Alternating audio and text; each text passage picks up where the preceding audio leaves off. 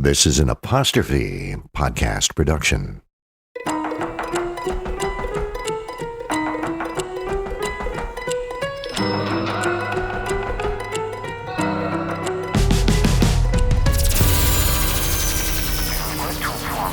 Your application does not fit with our requirements at the present time.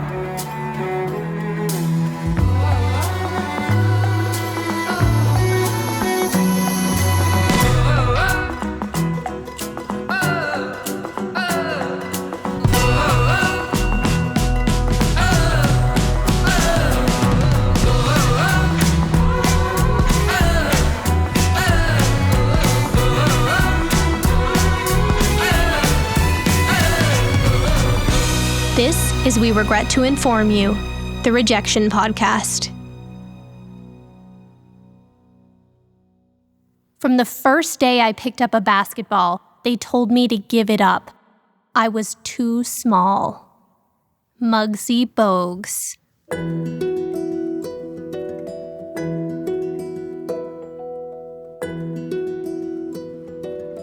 One Saturday in 1995, a parade made its way through Old East Baltimore. 30,000 people gathered along 8 city blocks, and 24 bands played. It wasn't a carnival, or Thanksgiving, or the 4th of July. No, it was the day the city would demolish 6 high-rise buildings in just 20 seconds. Those 6 buildings were part of Lafayette Courts, known around town as the Projects. At noon that day, a button was pressed that set off a series of explosions, turning one of the largest housing complexes in the country into nothing but a pile of rubble and a swirling cloud of smoke. Across the crowd were a range of reactions. Some cheered, some cried. It was an emotional moment for the city, because those buildings were a part of Baltimore's history. But a history many residents were happy to see demolished. 40 years earlier, Lafayette Courts was built in an effort to ease Baltimore's rising crime rate by helping solve its homelessness problem. It was a state-of-the-art complex featuring beautiful gardens, ceramic tiles, modern fixtures, push-button elevators, and panoramic views of the harbor. But over time, it became dilapidated, with broken-down elevators, overflowing trash cans, and bullet holes in the walls. It was completely overtaken by crime, mainly gang and drug-related crime. Lafayette Courts became the fuel on the very fire Baltimore was trying to put out when it first laid the foundation in 1955. Back then, it was intended to provide families with the promise of a better life. One of those families was the Bogues. In the late 60s, Elaine and Richard Bogues moved into the 10th floor of one of the Lafayette Courts towers. Both Baltimore natives, they got married and together had 4 children. The youngest of the brood was named Tyrone. Growing up in the projects, Tyrone Bogues learned quickly that everyday life was a matter of survival. Anything and everything in the neighborhood could be used as a weapon.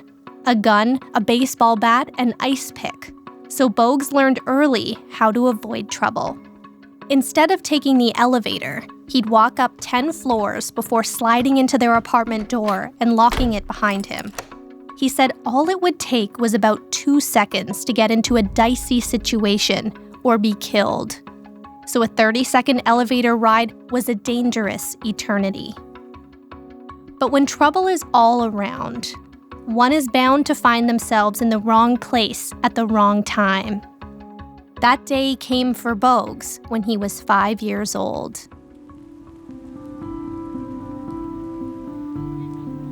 A fight broke out on the street outside Lafayette Courts, and suddenly there was a loud smash, like broken glass. So Bogues and a group of neighborhood kids all went outside to see what was going on. Turns out, a couple had gotten into an argument and thrown a brick through their neighbor's window. Well, that neighbor wasn't happy. He came barreling outside pumping a shotgun before immediately firing into the crowd, including at the children. The crowd dispersed immediately, everyone running in different directions. 5-year-old Bogues darted across the nearby front yard, but he tripped in the mud, and he was shot in the arm, thigh, shin, and calf. All Bogues remembers from that day was bleeding profusely in an ambulance and wondering if he'd ever see Lafayette Courts again. When he got to the hospital, doctors started tending to his wounds, but they quickly realized they weren't removing bullets. Turns out, the man who had shot him had loaded his gun with pellets, meaning Bogues would be okay. Although, the doctors couldn't remove them all. A few pellets were too deeply lodged in his bicep to extract safely, so Bogues would go the rest of his years with a reminder of the fragility of life planted firmly in his right arm. 3 years later, on Christmas Day 1973, there was a small box from his godmother under the tree. Bogues unwrapped it only to find inside a deflated orange basketball. He immediately pumped it full of air and ran outside to the nearest court, in the middle of Christmas morning, in December, in Baltimore. That ball became his best friend. He took it everywhere. He dribbled it up those 10 flights of stairs after school and back down them to take out the garbage, trash bag in one hand and ball in the other. He even slept with the basketball on his pillow. His older siblings often played pickup games with the other neighborhood kids. But Bogues was never picked for teams because he was the youngest, and therefore, the smallest. So he'd have to sit on the curb and watch. But even there, they'd taunt him for his size, joking that even sitting on the curb, his legs would dangle in the air. He says his 8-year-old sensitive soul was hurt by their comments. But it was okay. He'd grow.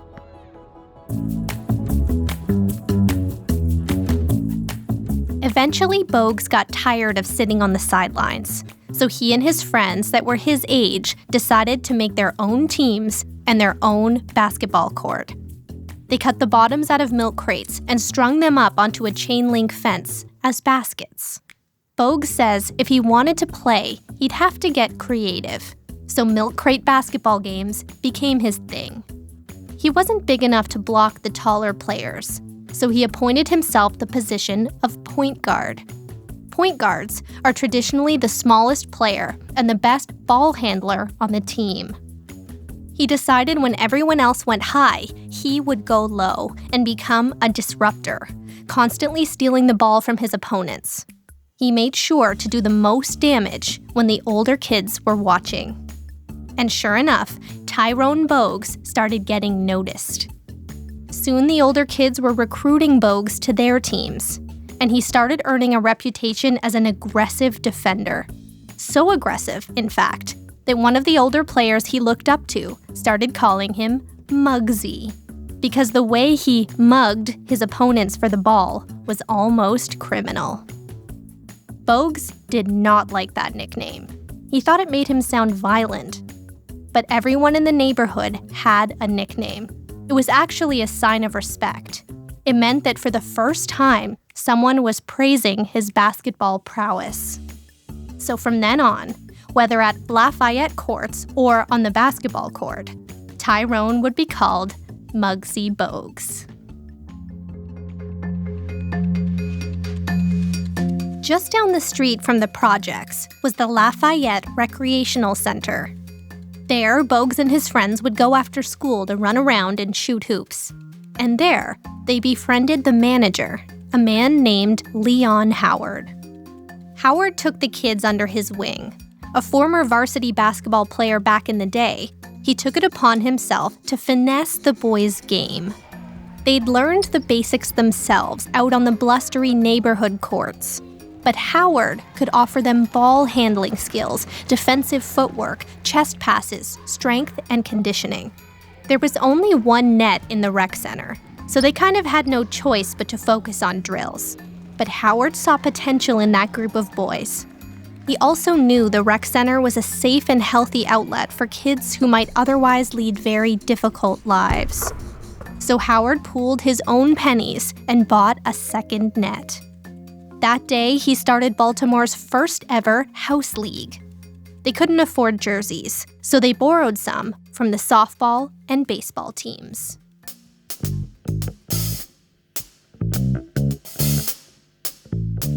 A short walk from the Lafayette Rec Center was a school called Paul Laurence Dunbar High School, known simply as Dunbar.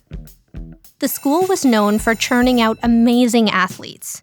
Around town, the Dunbar varsity basketball players, called the Poets, were celebrities.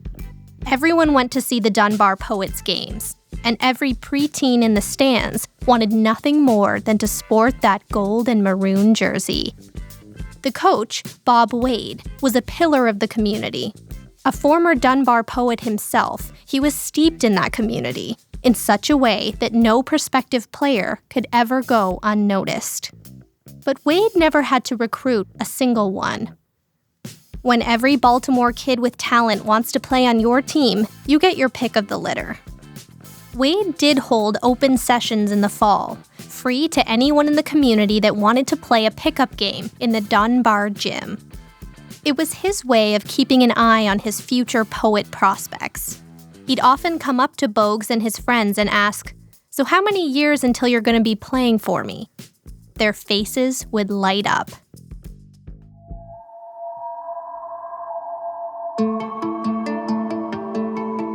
As the years went by, Bogues watched his friends sprout long arms and long legs. Yet, when he turned 10, he just stopped growing. Bogues maxed out at 5'3". On the one hand, he didn't know why he'd expected anything different. His mother was 4'11", his father 5'7", and his siblings stood everywhere in between. The genetic odds were stacked against him. On the other hand, he hoped maybe, if he wished extra hard, he would be the exception. The contrast between him and his friends became more and more stark. To many, watching Bogues stand on the court next to his peers was hilarious, and their laughter started affecting his confidence.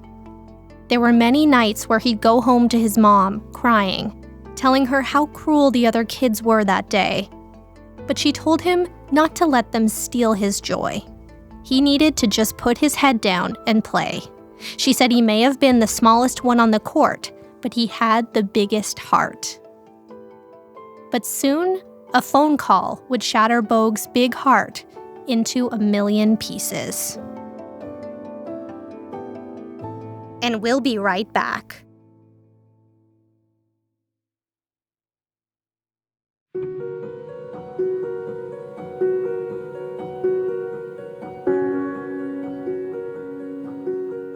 When Bogues was 12 years old, the phone rang at his house. News came that his father had been arrested for armed robbery, and a short while later, his father was sentenced to 20 years in federal prison. Bogues was shocked. What he didn't know was that his father struggled with drug addiction and had become involved in using and selling drugs for some time. Overnight, his mom became a single mother, tasked with supporting her 4 children on her own. So she took night classes to earn her high school equivalency diploma and began working as a secretary. Bogues said she did what she had to do, and he would have to do the same thing. He looked around Lafayette courts and realized the life expectancy in the projects was just 20 years old. He was already over halfway there. He said people were getting stabbed on the street, beat up in alleys. Gunfire was as common as dogs barking. Bogues had permanently scraped elbows from having to dive underneath cars on the walk to school to avoid being shot. Using drugs as an escape or a way to make ends meet would soon claim many of his friends. Everywhere he looked, he could see his future, and it was bleak. Everywhere but the rec center. In an effort to avoid the fate of his father, Bogues threw himself into sports. He played basketball, he took up baseball and football, he ran track, he played pool and ping pong, and even won a statewide ping pong tournament. His hand-eye coordination was off the charts. Bogues was clearly athletic, the type of person that could take up any physical activity and excel. But he really excelled at wrestling. In junior high, he became the state junior wrestling champion in his weight class. No one yelled short jokes at him while he was on the mat. So his wrestling coach did everything in his power to encourage Bogues to shelve his basketball aspirations and instead focus on the more realistic choice. But his heart wasn't in wrestling. It was on the basketball court. People around him told him it was insane to pursue basketball over wrestling at 5'3". But he didn't listen. If he wanted a different life from his father, he knew what he'd have to do. He'd have to play ball for Dunbar. His family could never afford for him to go to college. If he played for Dunbar, he'd have a chance at a scholarship. A scholarship meant a college degree, and a degree meant getting himself and his family out of the projects. In his house league basketball games, the opposing players and coaches would often make comments about Bogues' height, but his own coach, Coach Howard, never once doubted his abilities. Howard knew Bogues was an exceptional defender with a high IQ, and he pushed him to understand the nuance of the game. Soon, more and more people started coming to the rec center games to, quote, watch the little fella play. His size became not a spectacle, but a truly remarkable sight because of how low he could go and how seamlessly he could steal the ball. By the time he was 13 years old, his games were standing room only. After practice, he'd stay late with just his coach and a ball. Howard would stand in front of Bogues holding a broomstick in the air, teaching him how to shoot over top of tall players. And that year, Muggsy Bogues was named the league's most valuable player.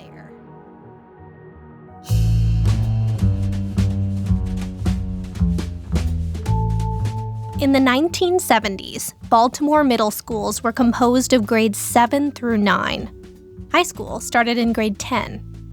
So in the 9th grade, Bogues was keen as ever to attend every single Dunbar game, studying the players and the plays to be as prepared as possible for his debut next year. In the finals, Dunbar lost in triple overtime. And as the Poets filed off the court, cradling their heads in their hands, their coach, Bob Wade, looked up at the crowd and locked eyes with Bogues. In that moment, they both knew. If Bogues had been on the court that night, Dunbar would have won. Next year, when Bogues joined the team, they could be champions. That summer, Bogues hyped himself up for his first ever year in a Poets uniform. Then, something completely unexpected happened. The East Baltimore school districts were rezoned. Bogues was no longer eligible to play at Dunbar. Instead, he'd have to go to Southern High School across town. Bogues was devastated. He'd idolized Dunbar players his whole life.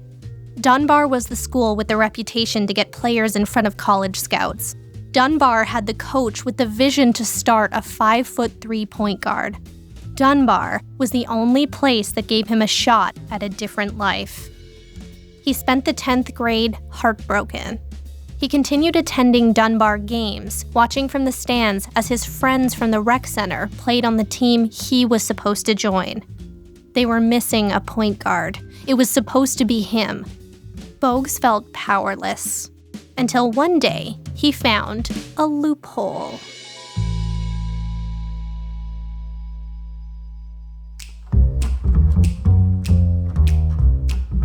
In the city of Baltimore, if a public high school student wanted to pursue a specific field of study that wasn't offered at their designated school, they were allowed to transfer to one that did.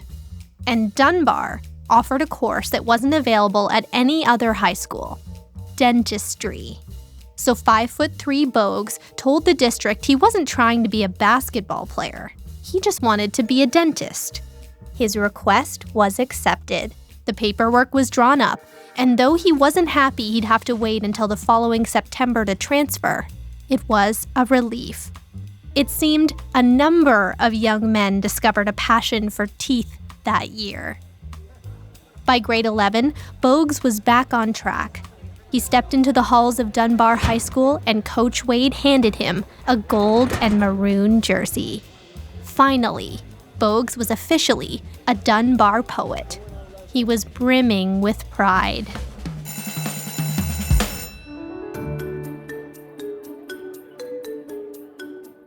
Dunbar practices were a huge adjustment from those at the rec center. Coach Wade had them carry heavy sandbags and bricks while they ran drills. But Bogues also walked onto the court with his own baggage. This time, he was over a foot shorter than the majority of his teammates.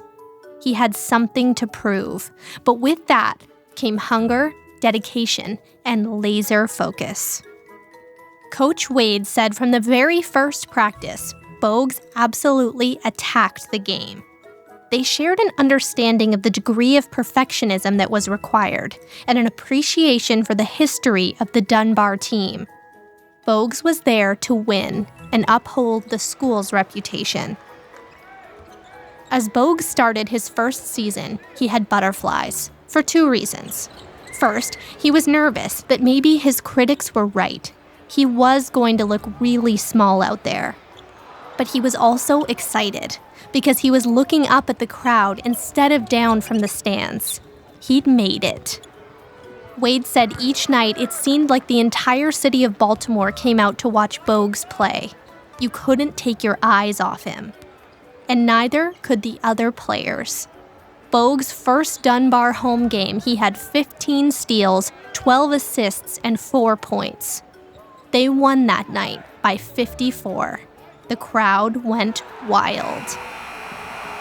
But at away games, the crowd wasn't so welcoming. When they announced Bogues' name in the starting lineup, the entire gym would erupt with laughter. The other team, coaches, students, parents, everyone. But that's when his teammates would just look at him from across the court and say, "You know what you've got to do." And Bogues says by the end of the first quarter, nobody was laughing anymore. From the day he inflated his first ball from his godmother, Bogues knew he wasn't a typical basketball player. And if he tried to play like one, he'd be a liability to the team. He'd have to carve out a space for himself on the court, one that took place mostly from the waist level down. What he'd do was carefully study the opposing point guard, learning their patterns and timing their dribbles. That way, when they went high, he could go low and steal the ball away with ease. That player would then become so worried Bogues would embarrass them on the court that it would take a toll on their mental game. Pulling their focus would make his opponents hesitate, shaving precious seconds off the clock. If you were measuring a player based solely on points scored, you'd be likely to overlook Muggsy Bogues. But if you asked his team, he was invaluable. One opponent later said, "I can handle the ball pretty well, but when Muggsy's on me, I pass the ball."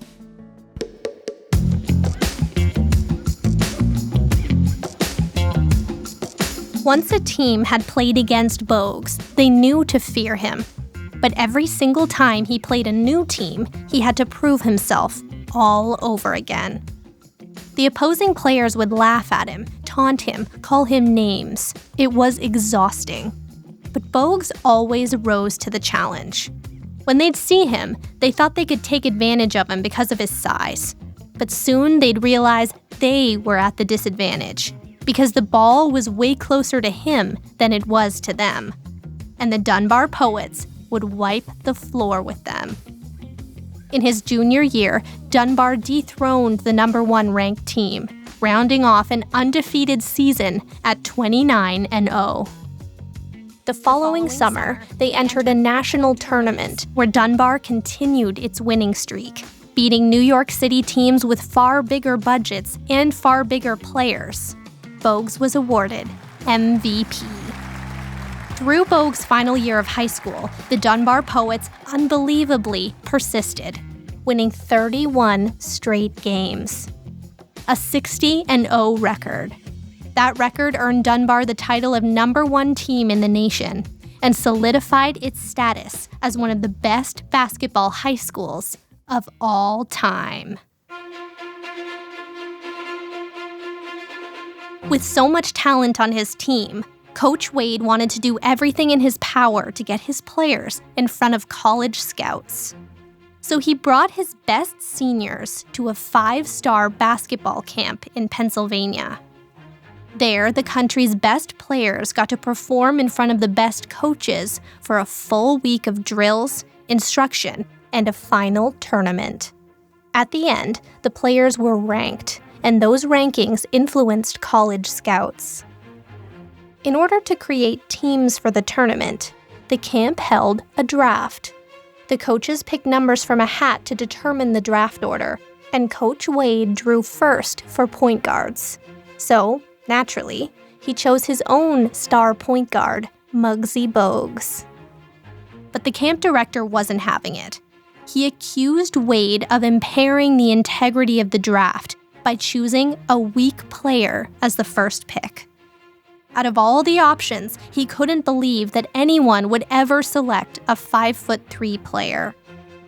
But Wade said not only was he choosing Bogues as his first pick for point guard, he was never going to take him off the court the entire tournament.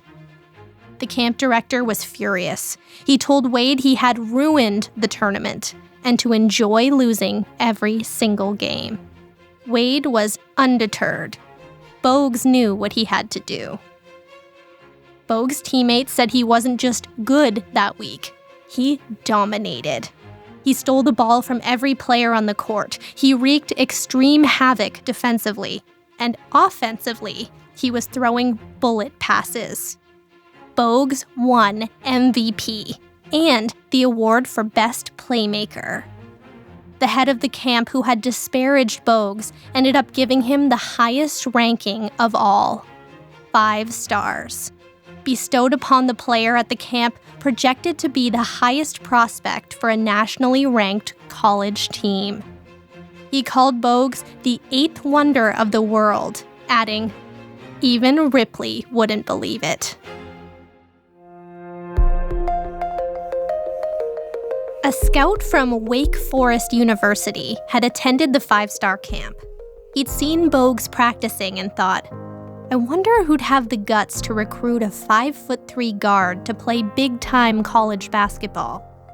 Then, after watching Bogues win MVP, he thought, hey, I wonder if we have the guts to recruit him.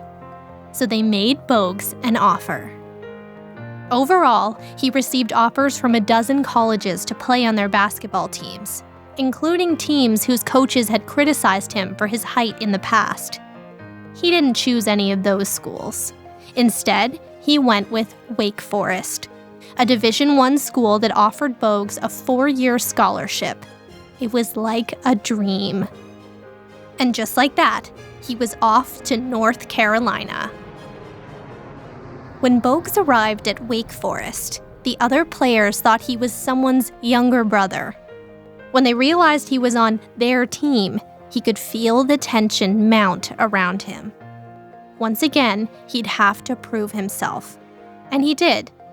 Minutes after the tip-off, all tension evaporated. Bogues' talent was undeniable. Still yet, it was the first time he'd left home. And Wake Forest was a mostly white, wealthy, private university. Coming from the projects in Baltimore, it was an enormous culture shock. Many of his classmates had fancy convertibles, fancy clothes, and the silence at nighttime was deafening.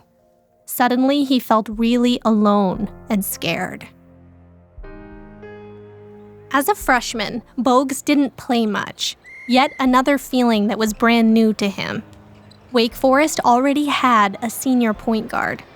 So Bogues did what he did best. He created a space for himself where there was none. He became the team's most enthusiastic cheerleader. And over time, he started earning more minutes. Just like at high school, Bogues noticed himself becoming the main attraction. The rafters were filled with people wanting to see with their own two eyes how short the Wake Forest point guard looked compared to the other players. That he was used to. Except this time, there were commentators. The commentators at Bogues' college games never ceased to comment on his height. They'd say things like, "I wonder what shoe size he wears. 3.5?" They'd make jokes about him sleeping in the drawer of one of his opponent's chests. They even wondered aloud why Wake Forest would, quote, waste a 4-year scholarship on a little kid who could barely see over a table. Bogues said there was negativity coming at him from all directions. He wished they'd comment on his game, not his size. It felt like too much to handle, and he wondered if he should just quit and retreat back to Lafayette courts. But Bogues decided not to give in quite yet. If he changed his mindset, their words could become fuel. He knew that once he played, he'd prove them all wrong. It was just exhausting having to prove himself multiple times a week. By his sophomore year, Bogues kept getting more and more playing time, and by the end of that year, he led the conference in assists and steals. Soon he played his first nationally televised game, and it was one of his career bests. Bogues scored 20 points with 10 assists. By his junior year, he averaged 11 points and 8 assists per game.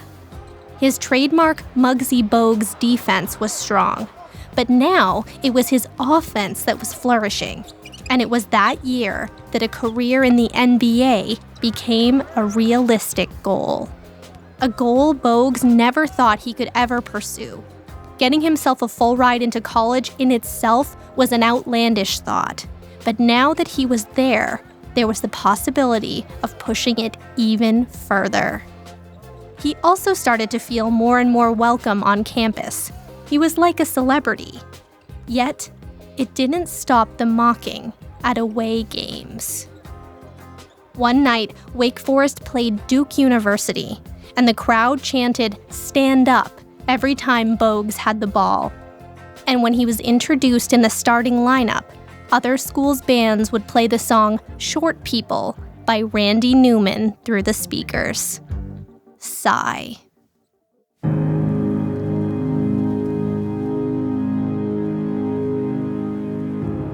In his senior year of college, Bogues averaged 15 points, 10 assists, and 2 steals per game. He became the conference leader in steals and set the conference record with 579 career assists. Bogues won the Francis Naismith Award, presented by the Basketball Hall of Fame to the nation's most outstanding college basketball player under 6 feet. He won the Wake Forest Arnold Palmer Award, dedicated to the top male athlete across all varsity sports. Bogues broke 7 Wake Forest basketball records, and when he graduated in 1987, the school retired his jersey number. After college, Bogues immediately started taking part in NBA tryout camps. He joined a pro summer league where he was actually paid to play basketball for the very first time. He attended team workouts in Utah, New York, Denver, and Dallas, doing everything in his power to make a good impression. But many coaches were still skeptical. One saying Bogues would never have a shot at the pros. Then, on June 22, 1987, it was the NBA draft in New York City.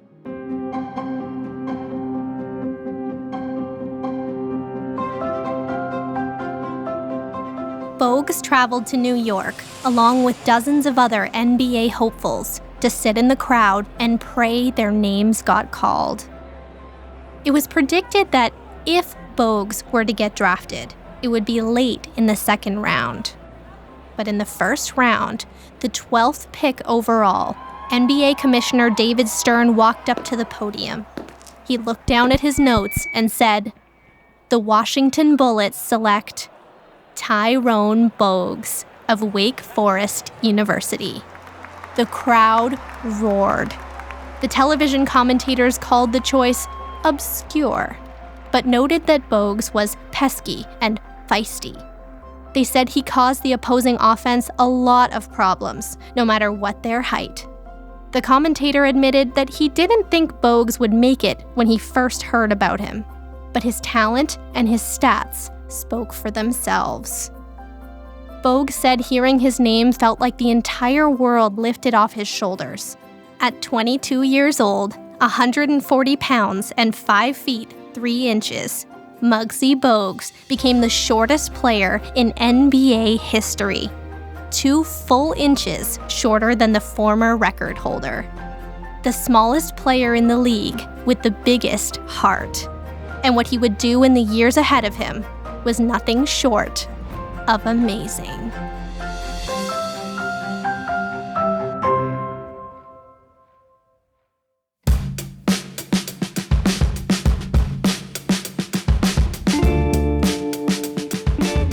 When you're an outsider, when you don't look like everybody else, when you don't fit the mold, you can be laughed at and mocked and ridiculed. A lot of very talented people stop pursuing their goals because their hearts can't take it. But Muggsy Bogues put up with all the taunts and humiliating insults every time he stepped onto a new court. Instead of letting his height derail his dreams, he made a decision. He looked for the advantage in the disadvantage. He couldn't play up above, so he excelled down low. Only 20% of the game is played at the rim. The other 80% of the time, the ball is on the floor. That's where Muggsy did his best work. The NBA players had never played against someone 5'3". They were used to playing tall men. Having to watch for a quick, waist-high player disrupted their game. Muggsy became so good at playing low, he got inside their heads. He didn't adjust to the taller players, he made them adjust to him. As one opponent said, if you don't see Muggsy, that means he's about to steal the ball. Muggsy Bogues helped lead the Charlotte Hornets to their first ever NBA playoffs in '95 and '98. He became a career leader in minutes played, assists, and steals. The latter two still stand as records today. He played for the Golden State Warriors and the Toronto Raptors, where he became a fan favorite. By the time he retired in 2001, Muggsy Bogues had left behind a remarkable, against-all-odds career. Everyone laughed when he first walked onto the court, but he got standing ovations when he walked off. Before Lafayette Courts was demolished, Muggsy bought his mother a home in Baltimore. She had always told him his height wasn't a mistake. It was a gift. When they went high, Muggsy went low. He found the advantage in the disadvantage. Never, ever give up.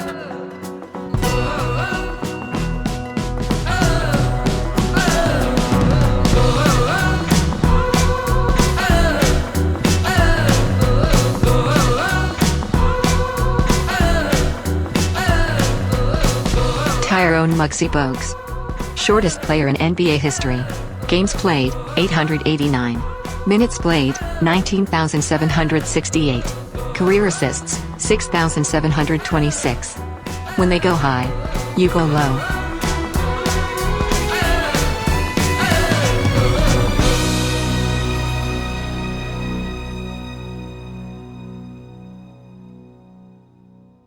The Rejection podcast is an Apostrophe Podcast production and is recorded in an Airstream mobile recording studio.